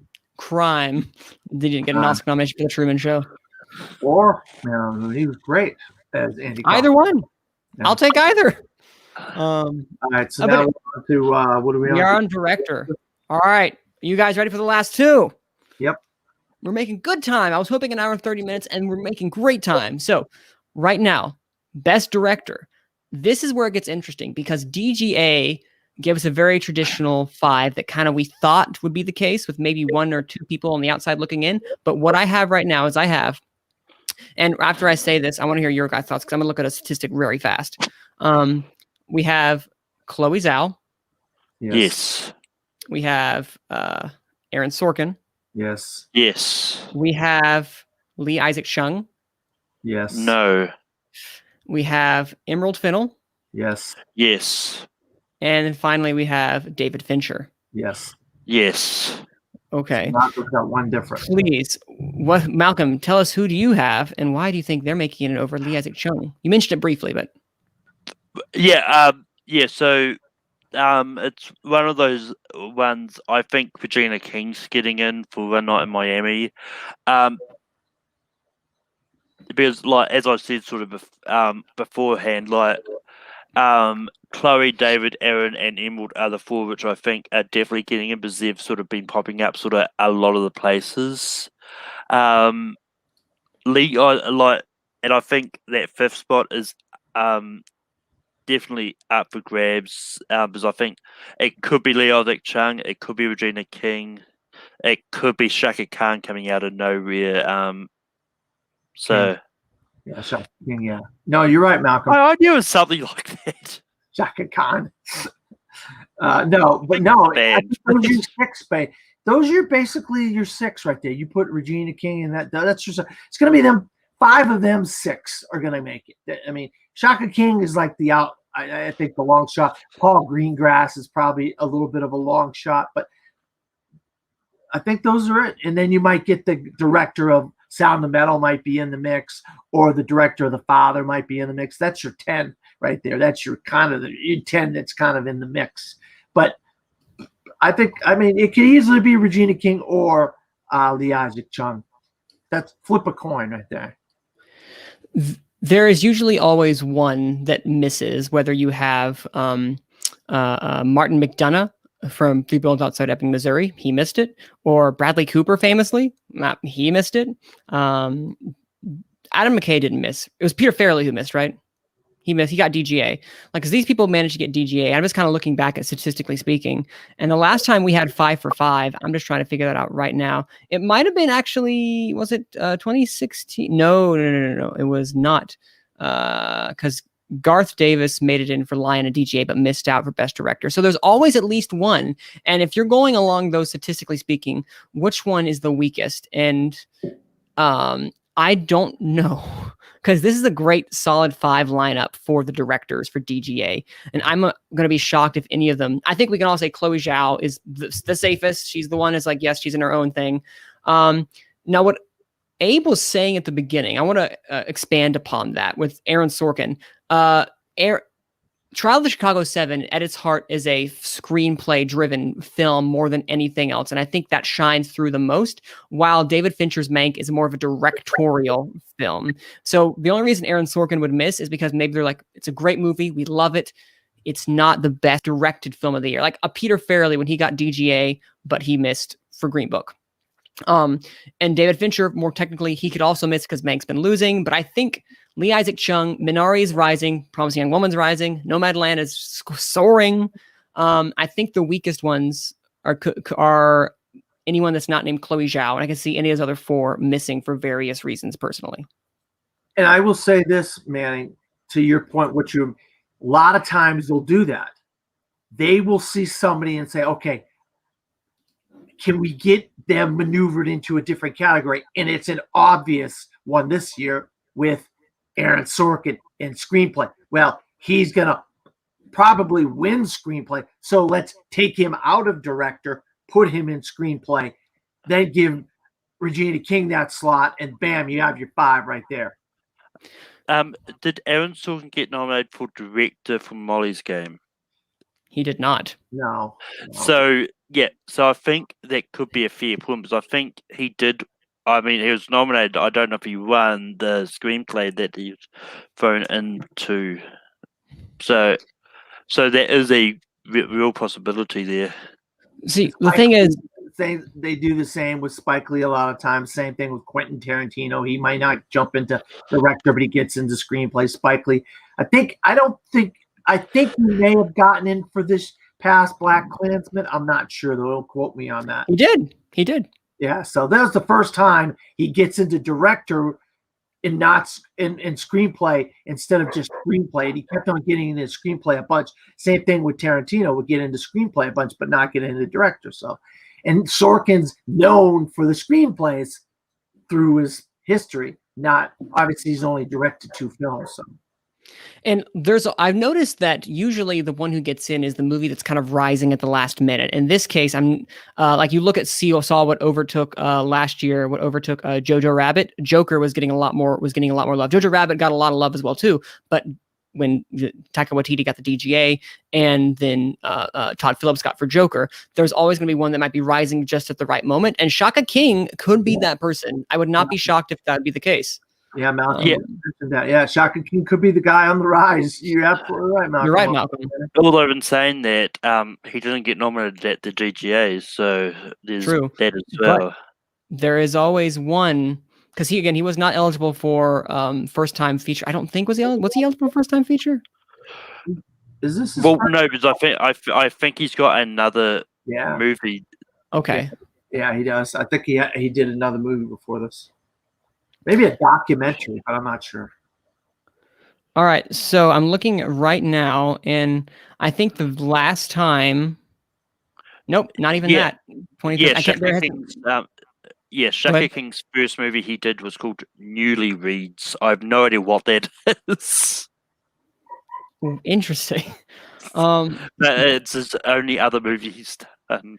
See that the last I'm currently in the 2000s, and I have not been able to find a time that it crossed over like completely 5 for 5 for DGA and the best director. So I'm prepared for someone to miss, and I just don't know who. Yeah. Might be Regina King. Who knows? Or she could get in, but who she replaces is the thing. Yeah. Does she replace Emerald Fennell? Does Emerald Fennell miss out and we get Regina King? I You think she's the safest? Yeah, I think Yeah. Promising Young Woman is gaining so much steam at the Emerald Fennell's in there. That's just It's this And you game. know, the weird thing about Emerald Fennell, not to go off on another, is all these awards at all these award shows, the crown has been getting all these awards, and the one who they never bring up Emerald Fennell, but Emerald Fennell is an integral part in the last season. She's Camilla. Ball. So it's interesting that she's getting all this movie buzz and all that, but then her show she was in, nobody even remembers she was in the show. Well, I mean, I think it's like thinking of the Globes specifically. I think there generally isn't a lot of crossover between the TV nominations and the movie nominations a lot. So I think that because she's getting a lot of recognition on the movie side, it's why a lot of other people getting recognition on the TV side. Yeah, that's great because I love this past season of The Crown. Oh man, loved it. Because So I think good. Caitlin Dever was the similar sort of position last year at the Globes. Because she was getting a lot of love for the Netflix TV show, but she wasn't getting a lot of love for Booksmart. Very good point, Malcolm. Very good point. So the last time we've had a 5 for 5 is 2009 with Catherine Bigelow's The Hurt Locker, James Cameron's Avatar, Lee Daniels' Precious, Jason Reitman Up in the Air, and Quentin Tarantino and Glorious Bastards. It's the last time we've had a 5 for 5 with DGA. So use that knowledge with what you will. Yeah. That ain't happening. We ain't gonna have 5 for 5. I don't think so. No, I just don't know who to pick out. That's the big thing. And I'll probably figure out by the time this is already aired and everything. So by tomorrow morning, I will have known and decided. But right now I have the DGA 5, but I'm not sure who I want to pick out yet. So I'm gonna sleep on it. The big one. The big one, Manning. Here we go. Best Picture. Nomadland. Yes. Trial of the Chicago 7. Yes. Promising Young Woman. Yes. One Night in Miami. Yes. Minari. Yes. Wait, did you say no, Dan? No, I said yes. Okay, I was like saying, whoa, okay. Mank. Yes. Judas and the Black Messiah. Yes. Ma Rainey's Black Bottom. Yes. The Father. No. Yes. All right. And then if there's 10, which there won't be, Sound of Metal. Yes. No. Okay. No. Okay. So we all have. Okay. So the big question is The Father or Sound of Metal. We're having a consensus. We have 8 of the same. We have 8 of the same. Mm-hmm. Do we not think News of the World has a shot of getting in? I got News of the World in. Oh, you do? Okay. So wait. So you have. Okay. So what do you think it's going to be? 8, 9, 7? How many do we think are making it in? Is the big thing. It's the last lighting. I think it's going to be 8, but I have 10 on my thing. I'm going to take 2 off. I think Ma Rainey's. I think Sound of Metal and Ma Rainey. Sound of Metal and News of the World. Either one of these 3, Ma Rainey, News of the World, or Sound of Metal are out. Safe. I think we're gonna get 8. I mean, this is one that I think, like, even though it is a sliding scale on that, this is one that I wouldn't be surprised if we end up with a straight 10. But like bold. But I mean, I can't remember. But for me, like one of my outside picks is Borak sliding in Yeah. there. I was thinking about that, Without Matt. PGA. I was thinking Yeah. about that. And I mean, it's one of those ones. I think it's possible that, like, if it's going to be 10, it could be really close to the PGA. I mean, like with Borat, I think there was a big chance that we could get a big resurgence and get into the 8 as well. I think that it's going to be one of those weird, like, if this is going to be a weird award season already, so let's make it weirder by getting Borat in there. You're right. Let's make it weirder. Why not? The Let's do Father it. is one that is on the outside looking in for me, but I really love The Father, and I think that is a great film overall. So it's gonna be tough. It's gonna be tough to come up with 8, which is what I think it's gonna happen is 8. But what do you gonna knock out? Ma Rainey, Sound the Metal, Father, Borat, and News of the World. Those 5 got to be out if you do 8. Because Ma Rainey, I feel like, has lost steam. The acting category has been praised, and maybe like the costuming or the production, but I've not heard a lot of praise for the actual filmmaking process. And however, I could still see it making in, but it's definitely on the lower tier side, at least that I've seen. Probably right now, I have it above Judas and the Black Messiah. Like right now, but I have The Father in based solely upon the fact of how well it did at BAFTA. It did very well at BAFTA, making it in. Did it make it in director? I'm trying to recall. Yeah, either that director or the Sound of Metal director got in, one or the other. I'm pretty sure it was Florian. Was it Florian Zeller? Yeah, okay. It's harder. Scratch that. He did not make it in. It was another round, Baby Teeth and Rocks and Q Vadis Idea for director. What a strange directing lineup. Yeah, you can't go off of BAFTA for director. Not now. But The Father did make it into best film, and I think there is an increased love that is transpiring for it because it managed to make it into adapted screenplay as well over BAFTA as well. If we're going for acting and directing, again, don't take too much into BAFTA, but with some slight crossover, I feel like The Father is gaining momentum slowly but surely. It's on the outside looking in right now, but I think it's going to come over if we have like 9. I think it's the 9th spot. Yeah, I mean, if The Father gets in, I wouldn't be surprised, but I just don't see it getting in. I think there's a strong 8 here. I really do believe it. That's just my opinion. But I mean, who knows? It could be like Malcolm said, it could be 10. But that means everything would have had to have gotten 5% of the vote. Yes, all of those exactly would have got 5% of the vote. Do we at all see? What is the biggest picture you think that can totally miss out? That you're going to be, oh my Lord, how did this miss out of all the ones that you have there? Not talking about A Sound of Metal, not talking about The Father. Which one of these big ones are you expecting to be like, oh wow, this is not what I expected? I think if Judas misses out, it'd be shocking because it's really a great film. But. Well, I mean, it's one of those ones like for Judas. It's one of those ones like, well, yes, like. I mean, I've not seen it yet. I'm going to try and see it this week because it's just Pit Cinemas here. But like, it's going to depend on if it's started getting its rise at the right time. Like, well, we've got Daniel Kaluuya popping up constantly.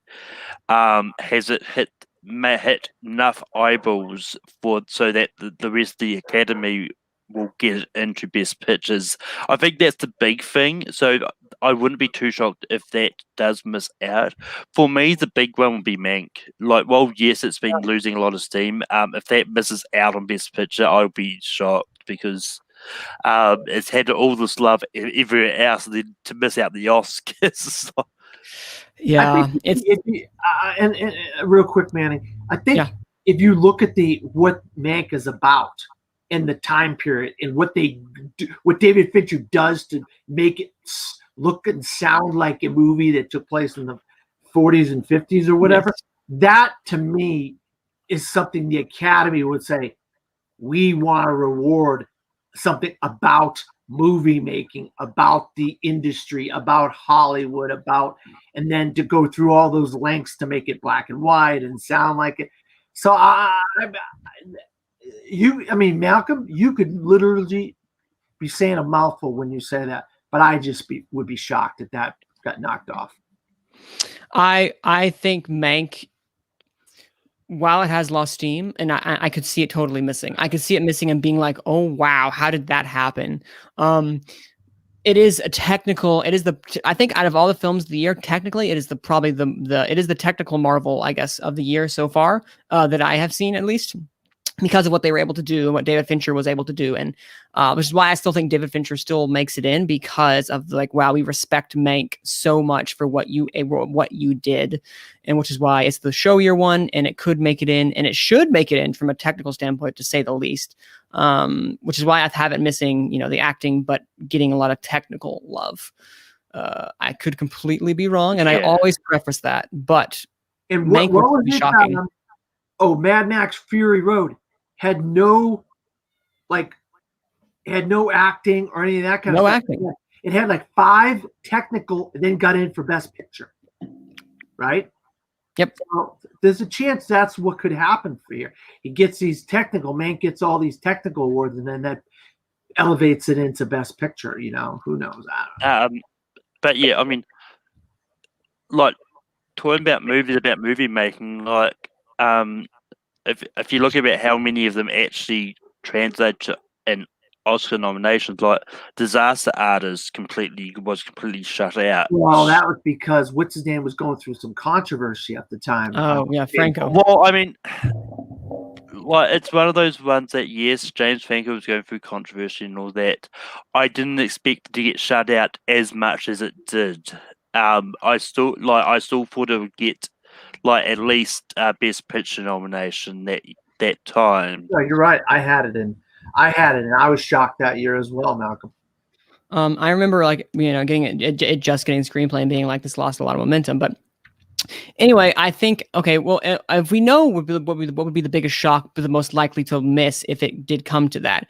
But what do you guys think would be the biggest surprise if it made it in? And again, this isn't people that are just kind of like right then, like right on the cusp, but like what one would come out of nowhere and be like, wow, that made it into the Best Picture lineup of 8 or 9? As much as I'm not a big fan of the movie, Tenet could be a big surprise as getting in. Mm-hmm. Yeah, I doubt that's going to happen, but you never know, Malcolm. I doubt it, but I think maybe a one of the foreign film, international film movies, and that's Another Round. Because if you look at the reviews for Another Round, they are off the charts. This movie is getting phenomenal reviews.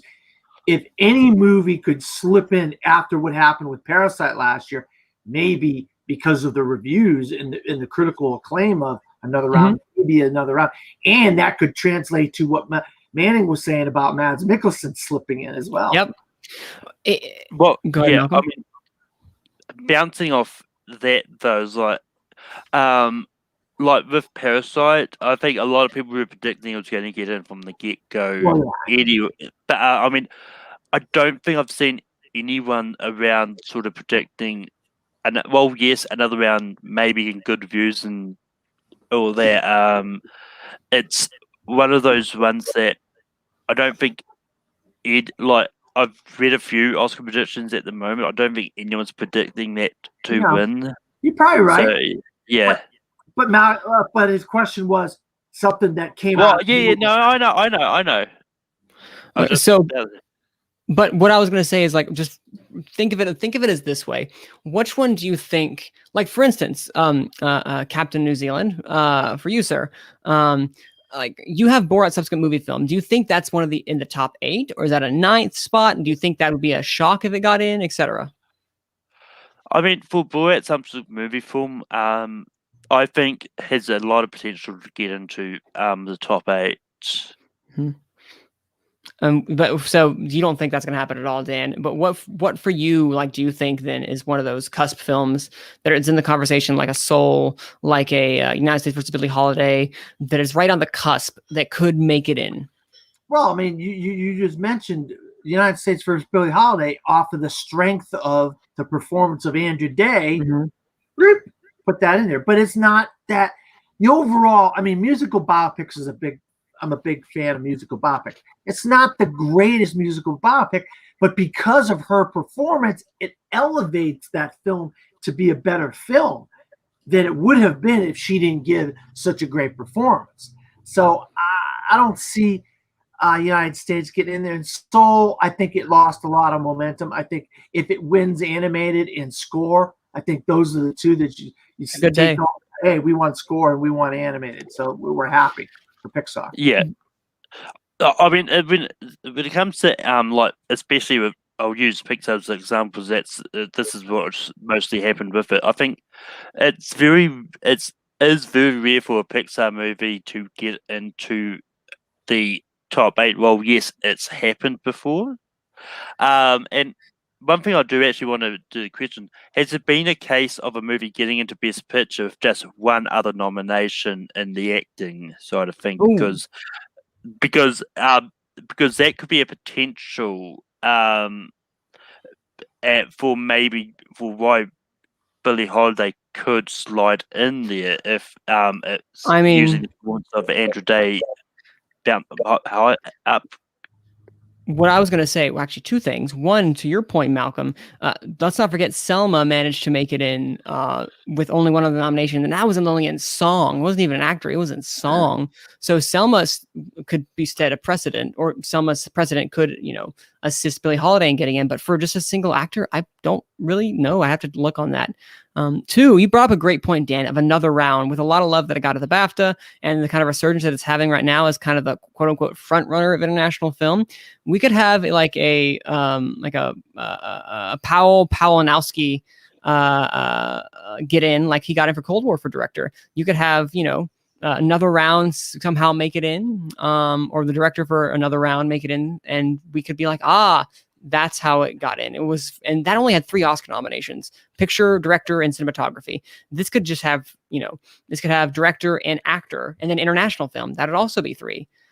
So just a, interesting thing to think about. Yeah. Yeah. I mean, sometimes you kind of look at things like that.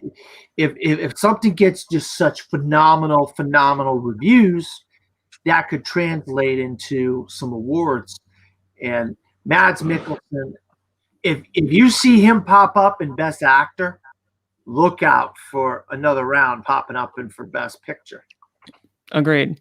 But all right. So finally, these are my if there are 10, these are my 10 in this order of likelihood of getting nominated, in my opinion: Nomadland, Trial of the Chicago 7, Minari, Promising Young Woman, One Night in Miami, Judas and the Black Messiah, Mank, Ma Rainey's Black Bottom, The Father, and then for the 10th spot, which I don't think there will be, but Sound of Metal, with the outside chance of News of the World possibly getting in. For you, Dan, what are your 10 with obviously 10 not getting in? Yeah, I got Nomadland, Trial of the Chicago 7, One Night in Miami, Promising Young Woman, Judas and the Black Messiah, Minari, Mank, Ma Rainey's Black Bottom, News of the World, and Sound of Metal. And I'm going to change that. All right, and for you, Malcolm.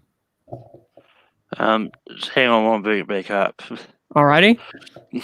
So for my Best Picture, I've got Nomadland, Minari, Mank, Trial of the Chicago 7, Ma Rainey's Black Bottom, The Father, Promising Young Woman, Judas and the Black Messiah, One Night in Miami, and Borat subsequent movie form. All right, and if there's an outside shot of something getting in, Malcolm, what do you have? Tenet. All right, ladies and gentlemen, that has been our nominations, or at least what we think will be nominated tomorrow morning.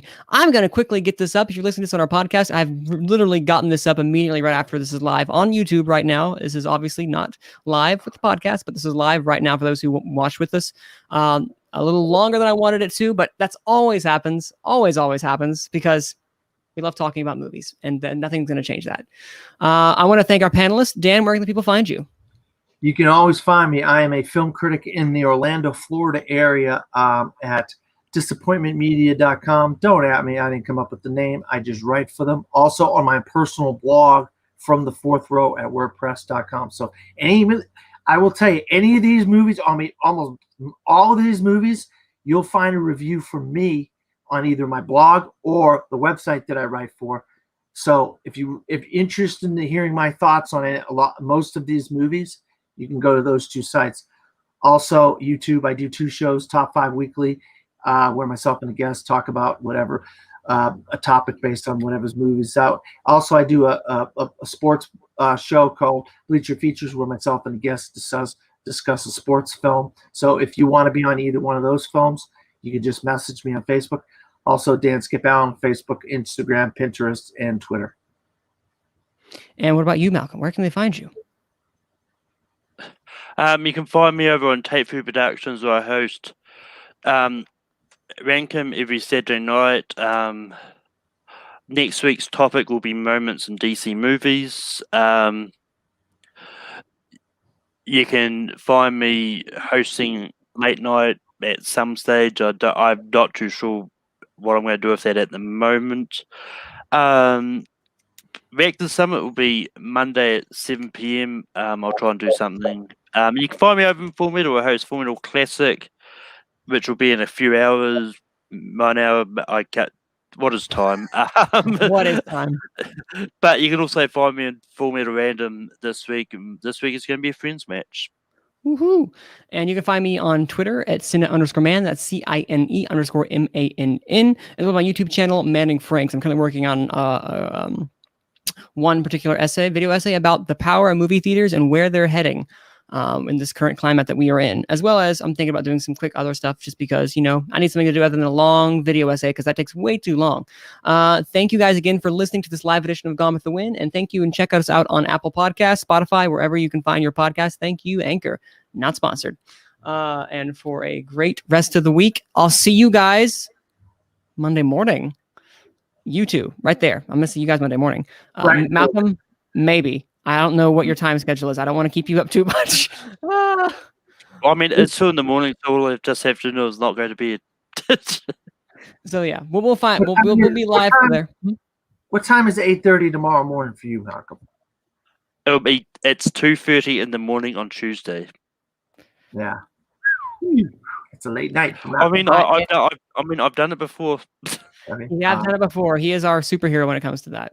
Okay. Thank you guys again for watching this episode and listening to this episode of Gone with the Wind. And get ready for the Oscar nominations.